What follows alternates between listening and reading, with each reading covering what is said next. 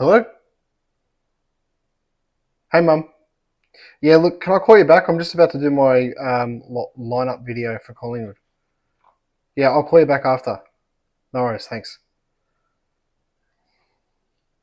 Zero. One. Let's get started.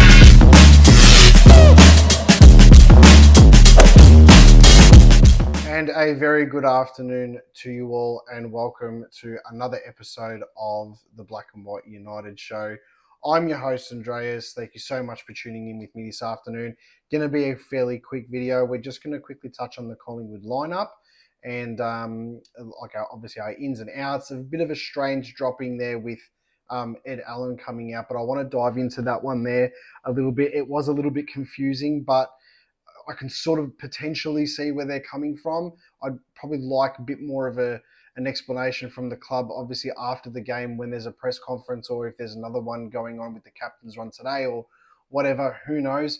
But let's just get straight into it. So just quickly, I did jump on Pies Footy with their preview of the game for Collingwood and Port Adelaide, and I did say, and they were talking about the Richmond and Carlton game that happened last night, and I did stick my foot in it a little bit, and because I was certain that Carlton obviously were going to win like 95% of, or maybe even 99% of the footballing population in this country.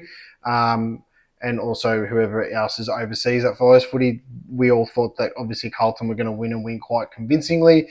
I stuck my foot in it and I said something that, I probably now need to learn my lesson, and that was if Richmond beat Carlton, I'll do my next review or my next video that I do in a Richmond top. Now, unfortunately, fortunately, I don't have a Richmond top to do that in, and I couldn't obtain one from any of my friends quick enough because I had to get this video out today.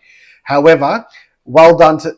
Actually, now that I say that, I have a Heritage Heidelberg United soccer top that looks like a Richmond training top. I'm a man of my word. Let me go find it.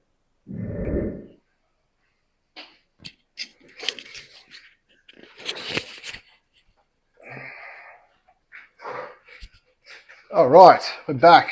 This is the closest thing that you'll see me in a Richmond top to, but it is the... so it would have been just before COVID, Heidelberg United had a heritage top. Obviously, it's got 58 on the back for 1958, and they play with it. And it's got Alexander the Great, the logo, the original logo of the club and stuff on there. And look, it's even Puma. How's that? Their old sponsor. So I'm a man of my word. This is the closest we're going to get. Let's get back into the review. So obviously, Ed Allen is out of the team. I'm not exactly sure why we would be doing that. The only thing that I can think of is potentially the pace of... This is so distracting. Like, I'm looking at it and I'm like, you're an idiot.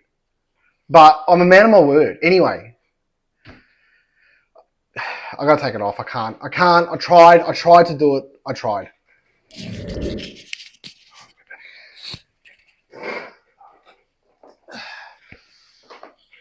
Okay, we're back. I've got still side bottom vibe happening. Andreas is back. All right, so Ed Allen, I think it's the pace side of things. I think that's the reason why that we didn't keep him into the side. I didn't really see anything too bad about his game. It's a little bit confusing, but I would like it in some sort of press conference, as I said before or after the game, during a captain's run, just to justify it so we know. But at the same time, too, you sort of don't want them to give away all their thoughts and stuff, because the opposition, not just now, but in the future, can obviously read into that. And I think that's a big thing, where they want to keep their cards close to them. With that being said, though, the inclusion of Sullivan and not taking out someone like a Ned Long is quite bizarre. But I think it's because we want the pace, and Sully brings that sort of pace to our side. He's nothing like he's not going to light it up or anything, but he brings that. We don't have Harvey Harrison back yet. Joe Richards is obviously playing for the opposition, so I think we sort of need to match the pace that that I think they're going to bring, especially through the midfield. And Ed Allen was the one to miss out. My biggest fear is that we're not giving him ample opportunity, like a 5-6 game stretch of, hey, out of the 6 games you've played 4 that weren't great, and you played 2 that are really good. Go back into the 2s now, apply your trade, get yourself back, and then you'll come back into the team. There could be an injury, a suspension, or something like that. Who knows? That's my train of thought. Obviously, Dan Houston has been named in the side, which is, I think this is going to make the world of difference.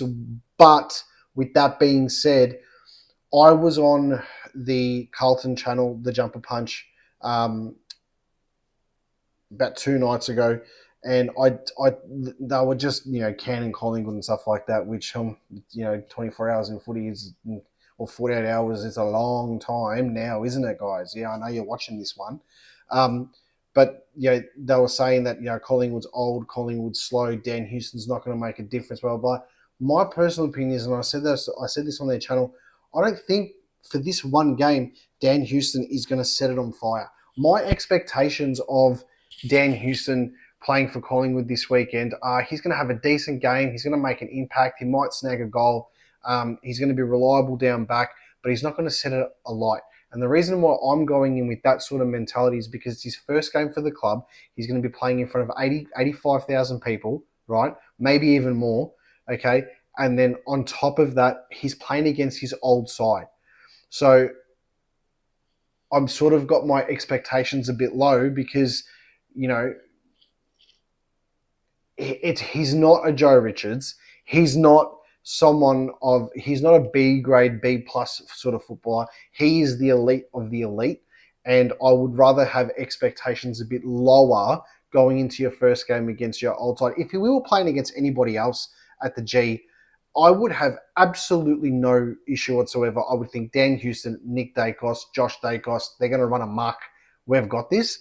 I'm a little bit more apprehensive about it. But that being said, I could be wrong and he could come out and absolutely smash it.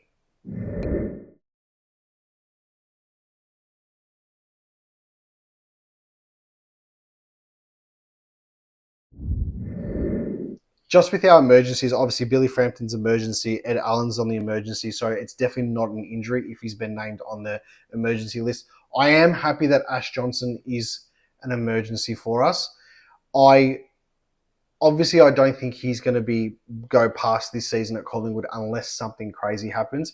But I love the fact that he's going, and he's trying his hardest to get his spot in the team. And now he's on the emergency list. And if one of our tall forwards goes down, he would be a likely option to go straight into our side. Now, I know that's not what everyone wants to hear or whatever it is, but if he's doing everything right and he gets a bit of momentum, it's only going to benefit the club. So I'm hoping that when the twos start their season in a couple of weeks or next week, whenever it is, that he gets that opportunity. And the likes of Ash Johnson, the likes of Curtis Taylor, these players, they really give it absolutely everything in the twos. So if Curtis Taylor gets his opportunity to get picked up whenever he can come in, Ash Johnson can come in, it's only going to benefit us. So I'm just wrapped on a small point that I want to make, that Ash Johnson is an emergency for this game. So as I said in my preview video that was posted a couple of days ago, I do think we're going to win this game, and I think we're going to bounce back, and I think we're going to win by about 24 points. I hope I'm right. End of the day, you take a win regardless. I mean, look what happened last night, but you want to take the win no matter what. Tomorrow's a time to bounce back, make our mark, get ourselves out of the media for all the shit reasons. We need to get ourselves out of it. We need to just concentrate on what we do best, apply our trade in front of the home fans at the MCG. It's going to be an awesome night. As I said in the last video, it's going to be hot. I think it's going to be 33 degrees when the ball is bounced. So get down to Pink Lemonade beforehand. I'll be there roughly from about 5:30 onwards. It's going to be a big day. It's going to be a hot night. But this is our time now as a football club to come together, be united as one, and just give it to the opposition. Make them scared to be at the G in front of the real black and white army. And there is no reason why we can't win this game with the burning desire the players have probably got now from the disappointing result last week. Before we end the video, 3 players who I just want to see dominate this game. Bobby Hill, it is time now for you to just pick up where you left off in the Indigenous All-Stars game, where you left off after the first quarter last week. Come into this game. You don't have to kick 4. You don't have to kick 3. Kick a couple if you want, but just around the ground. You need to lead by example, and I want to see the tackling pressure. I want to see, crashing the pack, setting up goals, doing the cheeky hand passes to other players running past, going into open goals. I want to see